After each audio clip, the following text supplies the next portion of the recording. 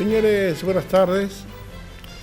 En unos minutos vamos a conversar con el doctor Víctor Elías, un prestigioso economista de Tucumán, una figura importante en la República Argentina, un hombre consultado por el mundo. Vamos a hablar con él, que está gentilmente aceptó nuestra invitación.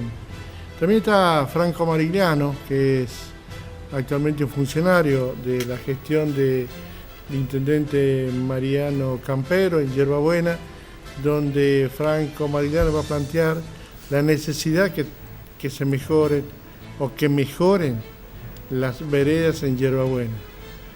Aclaro que el arquitecto Marigliano es hijo del ex rector ya fallecido Mario Marigliano.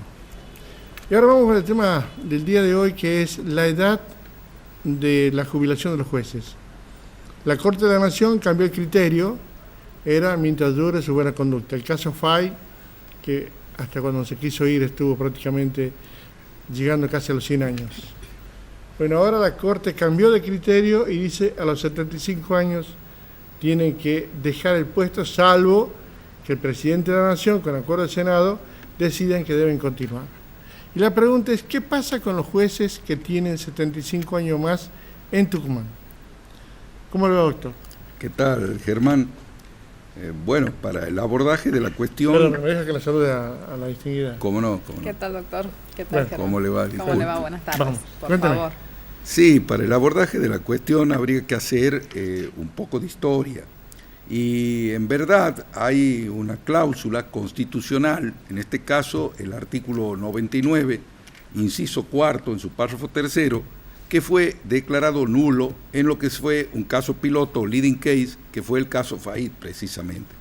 En ese caso se dispuso que el tope de edad, en este caso de los 75 años, no regía para los jueces, mientras, como vos bien lo dijiste, la exigencia de inamovilidad se mantenga intacta. ¿Cuál es? ¿No es cierto? El mantener la buena conducta, sin perjuicio de las disposiciones que compatibilizan con esta, que están contenidas en el artículo 53 y que habla del buen desempeño de sus funciones, o la no comisión de delito en el ejercicio de funciones, o la no comisión de delitos comunes.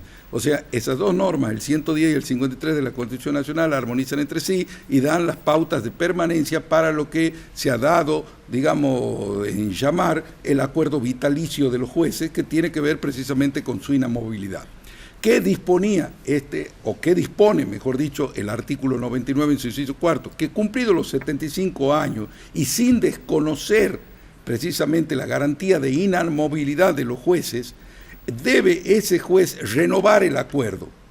Acuerdo que únicamente se puede renovar de manera periódica cada 5 años. Esto basado, de acuerdo a la Convención Constituyente de 1994, en cuestiones de que puede, por ese entonces, a partir de los 75 años, la salud, en este caso del magistrado, tener algún tipo de quebrantamiento o suscitarse en el interín algún tipo de problema. Por eso es que al acuerdo se lo debe ir renovando cada 5 años.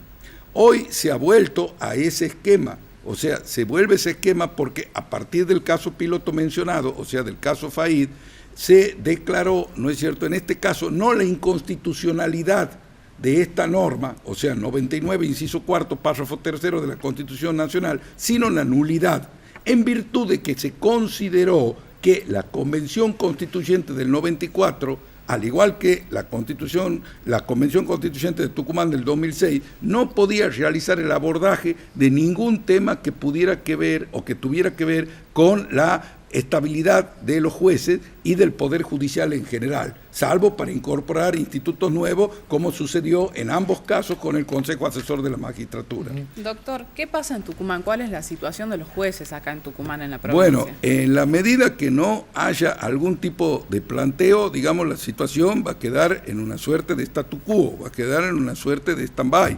Pero si se formulara algún tipo de planteo al respecto, habrá que tener en cuenta la primacía de la Constitución Nacional por toda o por sobre toda otra norma vigente, ¿no es cierto?, en el territorio nacional.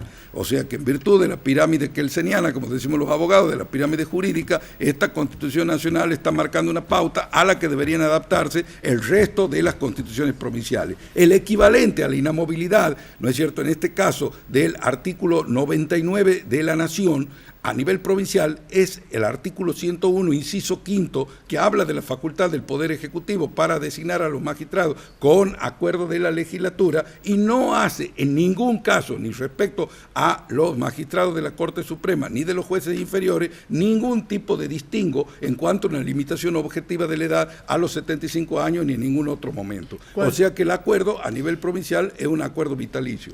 ¿Cualquier ciudadano o está limitado a alguna institución puede hacer el planteo por la edad de los jueces? No, cualquier ciudadano, incluso alguna institución, podría ser perfectamente el Consejo Asesor de la Magistratura, digamos que en este caso tiene legitimación como para formular un planteo de esa naturaleza. Más todavía se llegan a dar algún tipo de situaciones asimétricas o paradojales, como por ejemplo en el caso de la doctora Hayton de Nolasco, quien tiene en este caso sentencia firme de una Cámara Contencioso Administrativa en el Fuero Federal, por el cual precisamente se declaró, ¿no es cierto?, ella planteó una acción declarativa de certeza, se declaró la plena vigencia de lo resuelto en cuanto a la nulidad precisamente del inciso cuarto del artículo 99, párrafo tercero de la Constitución del año 94, por lo tanto a ella no le sería aplicable este tope de los 75 años que ella está próxima a cumplir en diciembre del año en curso.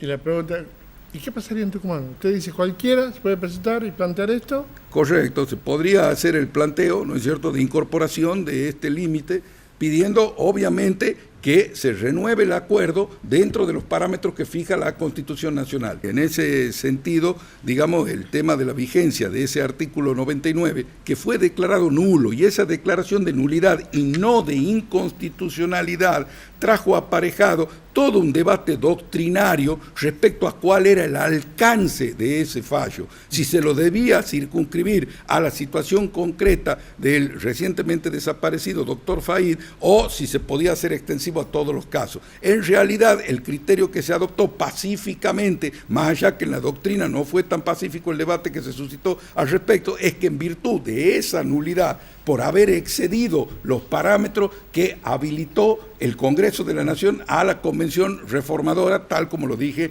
anteriormente. Gracias, doctor. No, al contrario. Hacemos una pausa y conversamos con el doctor Víctor Elías.